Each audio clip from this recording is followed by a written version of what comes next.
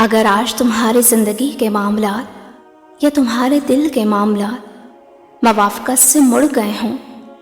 اور مشکلات اور تکلیف کی موسلا دھار بارش سے تمہارا صبر ٹوٹتا جا رہا ہو، تو جان لو کہ تم ایک انسان ہو اور بشریت کے تقاضوں سے ہرگز مبرہ نہیں۔ اکثر زندگی میں آنے والے کٹھن اور دشوار گزار موڑ جو سفر حیات میں آتے ہیں نا، وہ دراصل تمہاری منزلوں تک پہنچانے والے سینے ہوتے ہیں، جس کا اشارہ تو خود اللہ قرآن میں کرتا ہے۔ اور دیکھو، ہم تمہیں آزمائیں گے اور تمہارے حالات جانچیں گے تاکہ پتہ چلے کہ تم میں صبر کرنے والے کون ہیں۔ اور کسی نفس کو نہیں پتہ، کسی انسان کو نہیں پتہ کہ اس کی خوشی کہاں سے آئے گی۔ بے شک اس میں بہت سی حکمتیں شامل ہوتی ہیں۔ تو اگر تمہارے دل میں یہ خیال آ رہا ہے کہ ہر طرح کی تدبیر اور بے شمار کوششوں کے بعد بھی کوئی اسباب بنتے نظر کیوں نہیں آتے، تو جان لو کہ آسمان کے تارے ہوں یا زمین کے درخت، سب کے سب اسی کے مطیع و فرمان ہیں، اور اس نے تمہاری زندگی کے لیے اسباب حیات کو پورے عدل و توازن کے ساتھ قائم کر رکھا ہے۔ اگر ان اسباب میں ذرہ برابر بھی بے اعتدالی ہو جائے تو تمہاری زندگی کا کوئی نام و نشان بھی دکھائی نہ دے۔ تمہارا رب جس طریقے سے خدائی کر رہا ہے، اس میں اصل چیز غضب نہیں بلکہ اس کا رحم ہے۔ اگر اسرت بھری زندگی سے تمہارا صبر ٹوٹنے لگے تو جان لو کہ یہ اللہ کے غضب کی نہیں بلکہ اس کی رحم کی نشانی ہے، اور تم ہی وہ اللہ کے چنے ہوئے مقرب بندے ہو جس پر خاص عنایات ہوں گی۔ ایک جگہ حدیث میں آتا ہے،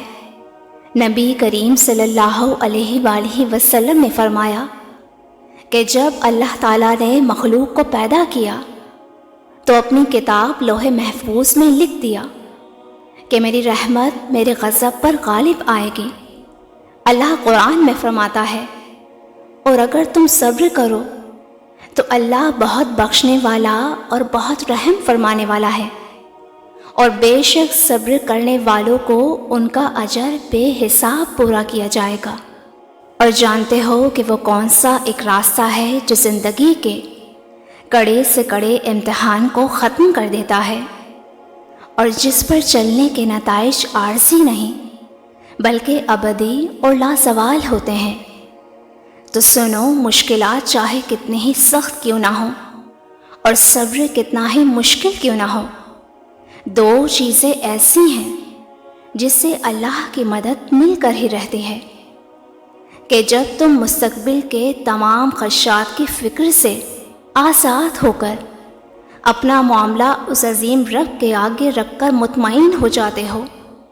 کہ جس کے پاس ہر پرانے زخم کا مرہم اور ہر نئے سفر کی بہترین منزل کا وہ راستہ موجود ہے